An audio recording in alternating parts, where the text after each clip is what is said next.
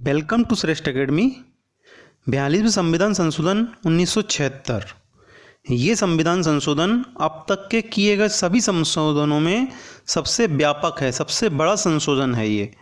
इसकी व्यापकता को देखते हुए इसे लघु संविधान या मिनी कॉन्स्टिट्यूशन कहा जाता है। यह संशोधन मुख्यतः स्वर्ण सिंह आयोग की सिफारिशों को लागू करने के लिए किया गया था। इसके बाद हम बात करते हैं इसमें क्या क्या संशोधन किए गए। प्रस्तावना में संशोधन किया गया। प्रस्तावना में क्या संशोधन किया गया? संपूर्ण प्रभुत्व संपन्न लोकतंत्रात्मक गणराज्य, ये शब्द था पहले। इसके स्थान पर किया गया संपूर्ण प्रभुत्व संपन्न समाजवादी पंथ निरपेक्ष लोकतंत्रात्मक गणराज्य। तो इसमें समाजवादी और पंथ निरपेक्ष ये दोनों शब्दों को जोड़ा गया है। इसके बाद प्रस्तावना में राष्ट्र की एकता, इसके स्थान पर राष्ट्र की एकता और अखंडता, तो अखंडता शब्द भी यहाँ पर जोड़ा गया है। इसके बाद अगला संशोधन इसमें जो किया गया है वो है मौलिक कर्तव्यों का समावेश। मूल संविधान में मौलिक कर्तव्य नहीं थे, मौलिक अधिकार थे, लेकिन मौलिक कर्तव्य नहीं थे, तो मौलिक कर्तव्यों को जोड़ा गया है। संविधान के भाग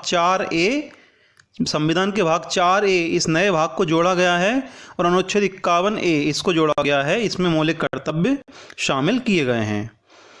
लोकसभा और विधानसभाओं की अवधि 5 वर्ष के स्थान पर 6 वर्ष इसमें कर दी गई थी, जो 44वें संविधान संशोधन 1978 के द्वारा समाप्त कर दिया गया, जिसे वापस 5 वर्ष उसको कर दिया गया है।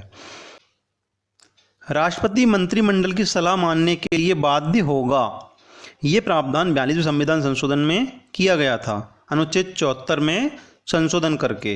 लेकिन 44वें संविधान संशोधन 1978 के द्वारा अनुच्छेद 74 में जो संशोधन किया गया है उसके द्वारा राष्ट्रपति मंत्रिपरिषद को, जो मंत्रिपरिषद ने जो सलाह दी है उसको एक बार पुनर्विचार के लिए मंत्रिपरिषद को वापस भेज सकता है कोई विधेयक को।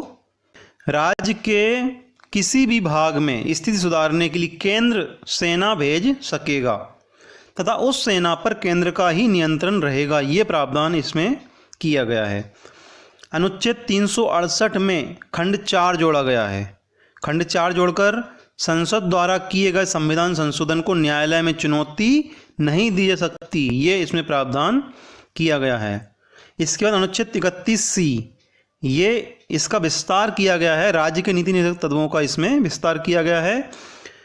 राज्य के नीति निषेधक तत्वों की मौलिक अधिकारों पर प्राथमिकता स्थापित की गई है। साथ ही राष्ट्र विरोधी गतिविधियों के संबंध में अनुच्छेद 31D ये इसमें जोड़ा गया है, जिसमें मूल अधिकारों पर जिसको प्रभावी बनाया गया है। किस तरह से कि अगर राष्ट्र विरोधी गतिविधियों में कोई शामिल रहता है तो उसको उसके मूल अधिकारों को निश्चित करके उस पर कार्रवाई की जाती थी, ये प्रावधान इसमें किया गया है। इसे भी 43वें संविधान संशोधन 1977 के द्वारा निर्देशित किया गया है।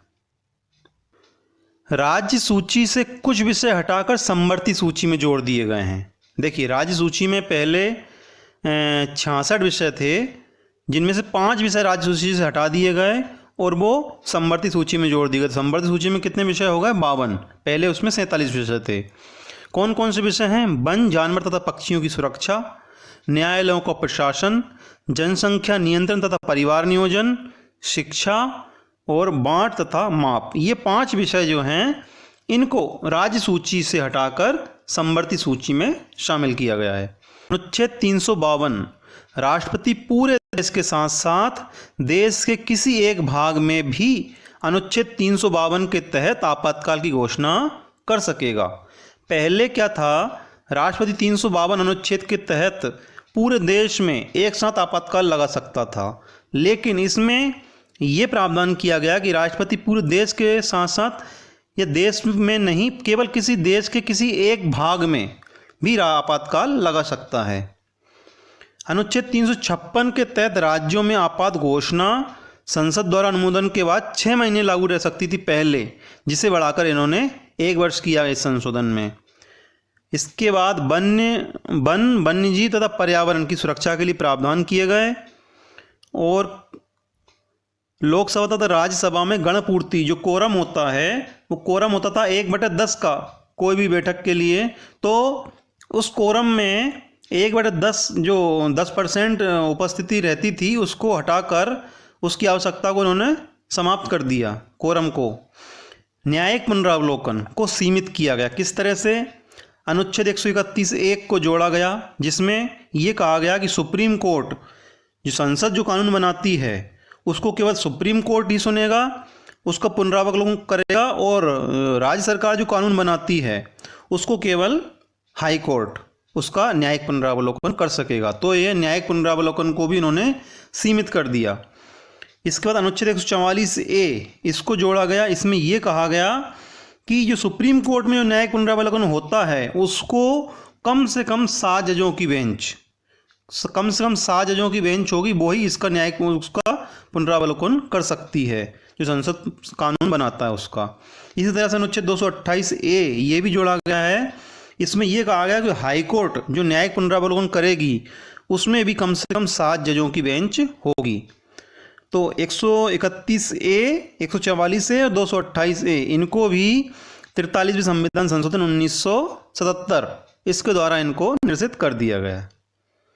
इसके बाद इसकी कुछ और चीज़ें देखते हैं। श्रमिकों की प्रशासन में सहभागिता स्थापित, ये इसमें प्रावधान किया गया। बच्चों तथा युवकों के नैतिक शोषण पर प्रतिबंध किया गया। जूरी पद्धति उसको भी महत्व दिया गया, और सिविल सर्वेंट्स के लिए प्रशासनिक न्यायाधिकरण इसकी व्यवस्था की गई। इसके अलावा 1971 की जनगणना के आधार पर लोकसभा तथा राज्यसभा की सीटों को निश्चित किया गया। ये प्रावधान 42वें संविधान संशोधन में किए गए। तो अगर ये वीडियो अच्छा लगा हो तो आप लाइक करें और चैनल को सब्सक्राइब जरूर करें।